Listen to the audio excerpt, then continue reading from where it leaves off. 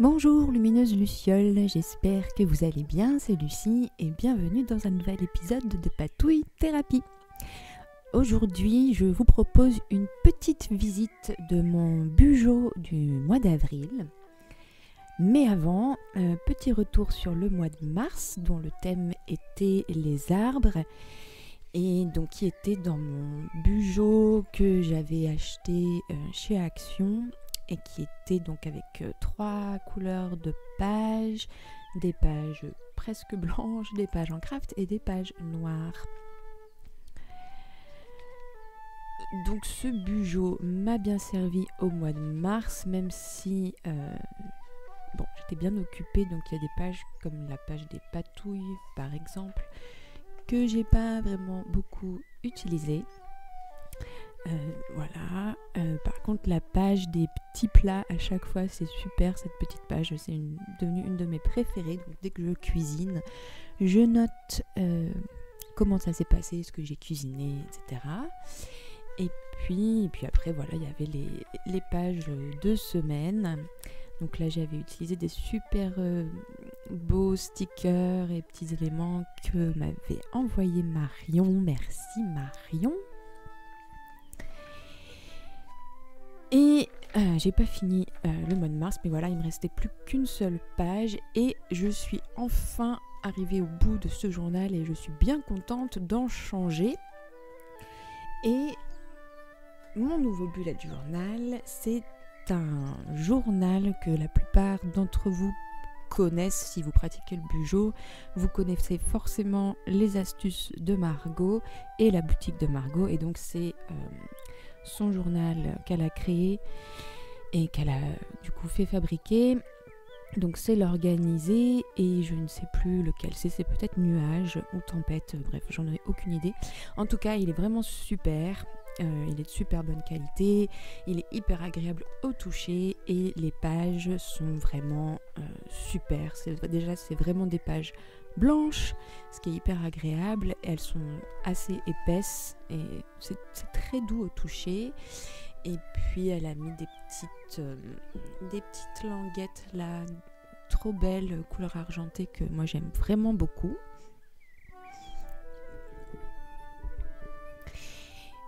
Donc c'est parti pour le mois d'avril. Alors déjà pour le début du journal, j'ai laissé quelques pages blanches parce que je voudrais faire une page de garde et puis ajouter sans doute une page de contact et aussi une page de petites icônes dont je vous parlerai plus tard, qui était dans mon précédent bugeot. Et donc ce que je ferai sans doute, c'est soit j'arracherai les pages de mon précédent bugeot pour les coller, ou je les scannerai et puis je les imprimerai. Enfin l'idée c'est de pas refaire, de pas tout réécrire parce que ce serait vraiment une perte de temps. Et puis comme je vous avais expliqué pour le bugeot du mois de janvier, je fais pas de... Alors les termes anglais, donc je ne fais pas de future log ou de year at a glance parce que je trouve que ça me sert pas à grand chose. Et puis mon bugeot il est pas tellement pour m'organiser vraiment, mais plutôt pour me détendre, pour dessiner, être créative et plutôt pour, ils m'aident pas à planifier, ils m'aident à noter des choses dont j'ai besoin de me souvenir. Donc c'est parti, le mois d'avril. Donc je suis partie sur le thème des champignons. Donc oui, c'est pas tellement la période, surtout qu'il s'est remis à neiger plutôt beaucoup. Mais normalement au printemps, et notamment dans le Jura, on a quand même les mousserons, que c'est mes champignons préférés, qui sont super bons et donc c'est un des rares champignons qui poussent au printemps. Donc c'est pas pour ça que j'ai fait un thème champignons, c'est juste que j'aime bien le concept des champignons et puis j'en avais jamais dessiné, donc c'était l'occasion. Et pour la page de garde, donc j'ai dessiné un symbole que j'ai trouvé sur Pinterest avec une citation qui dit « La grandeur d'une âme est déterminée par la profondeur de ses souffrances, même le fungus est doté d'une âme lui aussi. » Je la trouve très belle cette citation. Et si vous arrivez à retrouver d'où elle vient, faites-moi un petit commentaire et la première Luciole qui trouve cette citation, enfin l'origine de cette citation, recevra un petit cadeau. Donc voilà, donc sur ma page de garde du mois d'avril, j'ai juste fait un petit calendrier avec des champignons, des espèces de fougères, un symbole de la lune, et je me rends compte que j'ai oublié de colorier les petites feuilles, je ferai ça plus tard. Donc ça m'a pris, je crois, quand même pas mal de temps de faire ce thème, et notamment cette page de garde qui était quand même bien fournie. Mais voilà, c'est toujours un moment hyper agréable, je trouve, de se plonger dans son petit bugeot, de faire des petits dessins. C'est vraiment, ça détend beaucoup. Après, j'ai pas vraiment filmé la mise en page, la mise en couleur, le dessin, parce que j'ai juste pas le temps en ce moment. Donc voilà, j'avais vraiment besoin de faire ça de manière très détendue. Ensuite, on arrive à ma double page pour quand même un petit peu organiser mon contenu de musicienne et puis de patouilleuse. Même si en ce moment, en tant que musicienne, j'ai juste pas du tout le temps de faire autant de vidéos que ce que je faisais avant. Mais bon, je vais quand même garder cette page pour noter les idées de cours, pour la chorale, pour les stages, les ateliers, et puis un petit cadre. Là, j'ai fait un petit cadre pour noter des petites choses dont j'ai envie de me souvenir pour plus tard. Soit des commentaires sympas, des messages sympas, des choses qui se sont bien passées, enfin voilà. Pour les patouilles, c'est un peu la même mise en page. J'ai juste fait un tableau pour les vidéos, ça va me permettre de m'organiser un petit peu, de savoir ce que je veux faire, quand est-ce que je l'ai fait, et puis où est-ce que j'en suis dans l'état des vidéos, est-ce qu'elles sont filmées, éditées, publiées, et toujours mon petit carré d'idées. Voilà. Donc pour la mise en couleur et pour le dessin d'une manière générale, j'ai utilisé un Staedtler en pointe 0.2 pour tout ce qui était dessin, repasser au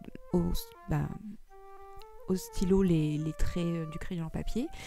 Ensuite, j'ai pas mal utilisé le crayon à papier. Je trouve que quand même le crayon de couleur, pardon.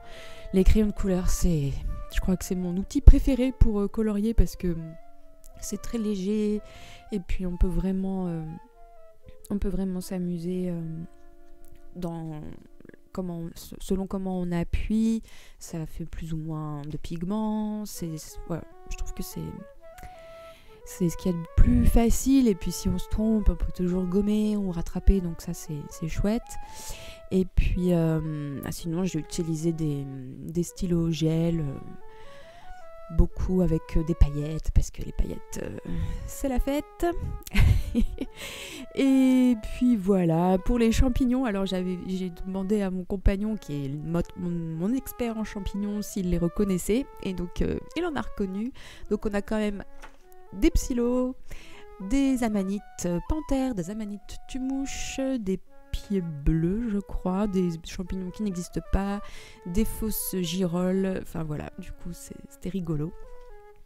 Ensuite, on passe à la page budget et dépenses, une page qui ne change pas au niveau de la mise en place. Toujours les revenus d'un côté, combien j'ai mis de côté, les charges, et puis la liste des dépenses, et puis un petit espace pour une liste d'envie, qui est vraiment super pratique, cette page. Je la recommande vraiment. C'est hyper simple à mettre en place et ça aide vraiment à bien suivre son budget, puis à faire attention aux achats impulsifs, etc. Et puis voilà, pour les illustrations, on a toujours des petits champignons qui sont pas du tout réalistes. Je sais pas si ça existe, des amanites bleues, je suis pas sûre que ça existe. Et puis voilà pour cette page. Enfin, on arrive à ma ronde des petits plats, donc la page que je vais utiliser pour noter mes plats que j'ai cuisinés ce mois-ci. Et donc voilà, elle est vraiment super simple. Juste un gros titre, quelques petits dessins, un cadre pour structurer la page, et puis après ce sera de l'écriture libre. Là, c'est vraiment super facile à mettre en place. Et voilà. Ensuite, on arrive à la page bibliothèque. Donc, j'ai pas fait une page bibliothèque pour le boulot parce qu'en fait, je me suis rendu compte que j'en avais pas besoin et que je travaillais pas comme ça. Je préfère que ce soit séparé et que ça reste... Enfin, ce qui se passe à la bibliothèque quand je travaille reste à la bibliothèque et c'est beaucoup mieux comme ça. Et du coup, je note tout simplement les livres que j'ai lus, ce que j'en ai pensé. Et ça, c'est par contre, c'est hyper bien quand on est bibliothécaire parce que ça nous fait des listes de livres à suggérer ou pas. Et se souvenir ce qu'on en a pensé. Oh là là, je n'arrive pas à parler. Et ça permet de se souvenir de ce qu'on en a pensé. Oh là là. Bref, vous avez compris, j'espère. Et du coup, voilà, moi ça m'a aidé parce que on me demande souvent des conseils. Et puis aussi, sur le portail de notre bibliothèque, on peut rédiger des petits avis et tout. Donc voilà, cette page-là, pour moi, quand on est bibliothécaire, c'est super pratique. Et puis même... moi, je trouve que c'est chouette de se partager les bouquins, enfin voilà, avec ma voisine Sophie. Coucou Sophie, si tu regardes. On aime bien s'échanger les livres et tout, donc c'est toujours sympa d'avoir des bons bouquins à se recommander, même avec Valérie. Hein, Valérie, merci pour les bouquins que tu m'as recommandés et que j'ai lus et tout ça. Donc voilà, je vous invite aussi à faire cette petite page. Et puis ça évite aussi de lire plusieurs fois le même bouquin. Moi, ça m'est déjà arrivé, puis c'est pas très agréable en fait. Et ensuite, on arrive à l'Efficientiam. Alors, je ne sais pas si ça se prononce comme ça. Donc ça, le titre, c'est Aurore qui m'a gentiment suggéré ce super titre pour ce tableau un peu mystérieux. Donc dans ma précédente, alors c'est peut-être pas la précédente, mais peut-être celle de février, je ne sais plus. Bref, j'avais parlé du suivi de productivité qui m'avait été inspirée par Elise de la chaîne Miss McKenna's Life Leverage. Et donc moi, le terme suivi de productivité, clairement, ça me faisait un petit peu peur. Et donc le terme Efficientiam, c'est très chouette parce que ça rappelle un petit peu les formules magiques de Harry Potter, ce qui, pour moi, est parfait, puisque je suis une Potterette. Et donc, c'est un tableau qui est super chouette, en fait. J'étais pas très convaincue au début, mais c'est vraiment trop chouette.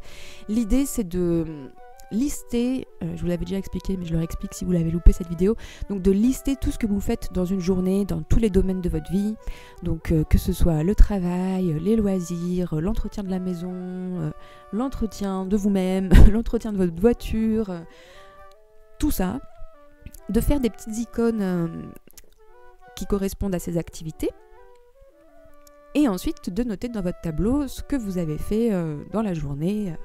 Donc par exemple, moi j'avais fait une icône, pour par exemple si j'ai fait des courses, j'avais fait une petite icône avec un caddie.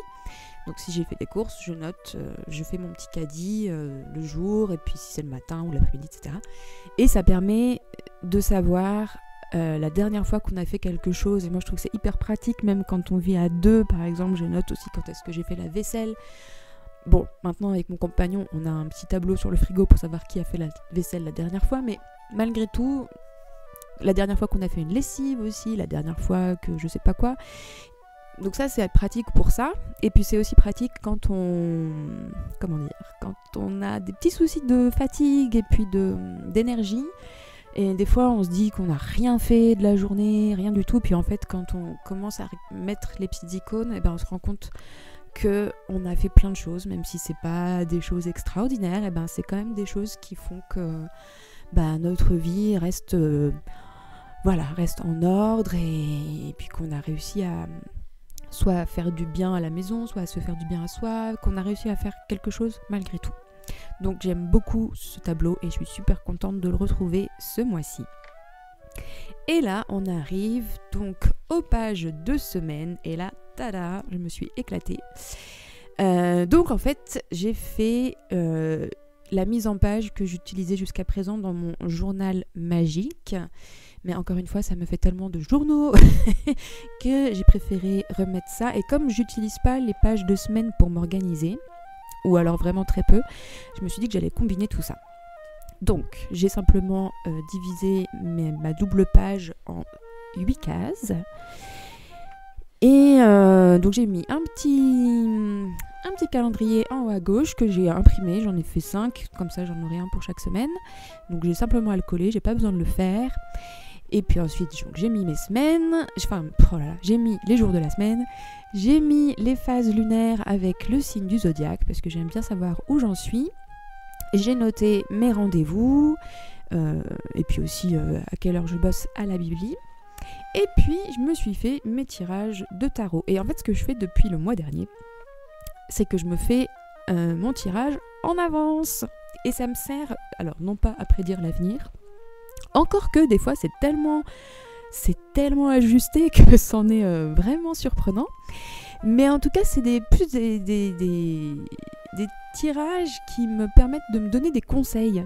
Donc en fonction de la signification de la carte, je peux me donner, je vais noter les mots-clés et puis je me rédige un petit conseil en fonction du message de la carte.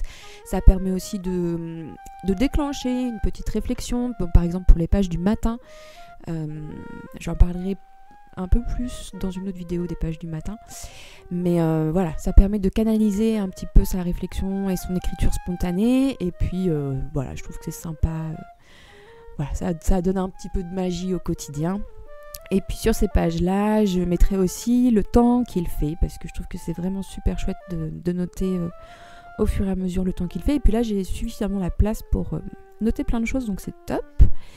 Et puis pour la décoration, et ben en fait, j'ai simplement, ça c'est mes petits dessins, le papillon là, la clé, et puis moi ça c'est mon autoportrait façon manga. Et donc en fait, je les ai scannés, et puis je m'en suis fait un imprimable que j'ai imprimé, et j'ai coupé, et j'ai collé. Et voilà. Et là, les petits onglets, donc ça c'est ce qui est très à la mode en ce moment dans les bujots, donc c'est marrant, tous les ans il y a une nouvelle mode. Ces 2 dernières années c'était les Dutch Door, et puis là c'est les onglets, et c'est vrai que ça, les onglets, je sais pas pourquoi, je trouve que c'est super pratique déjà, ça permet de tourner les pages d'une manière super simple, et c'est super joli. Donc je crois que c'est Amanda Rachley qui a lancé ça. Donc pour ceux qui ne connaissent pas Amanda Rachley, c'est un peu celle qui a lancé la mode des vidéos où on montre comment on met en place son bijou. Et là en fait, moi c'est la manière de... Disons que je regarde beaucoup les vidéos de Artie, de Lila Journals. Enfin elle est super forte, c'est magnifique tout ce qu'elle fait, et donc elle fait des petits onglets comme ça. Donc bon, moi je crois qu'ils sont pas hyper... Ils sont pas hyper réguliers, mais c'est pas grave. Donc en fait, on coupe en biseau tout simplement, et j'ai ajouté tout simplement du washi tape pour décorer, et c'est super parce que moi le washi tape, je sais jamais comment l'utiliser de manière jolie et puis fonctionnelle, et là c'est exactement ce qu'il me fallait. Et ben voilà, 17 minutes 46, waouh, je pensais pas réussir à parler autant de temps. Et ben sur ce, j'espère que cette petite visite guidée de mon bijou vous aura donné des idées créatives, et puis des idées aussi peut-être pour vous organiser. J'espère que ça vous a plu. Je vous remercie du fond du cœur d'avoir passé ce petit moment avec moi. Prenez bien soin de vous, et à très bientôt pour de nouvelles patouilles. Bye bye!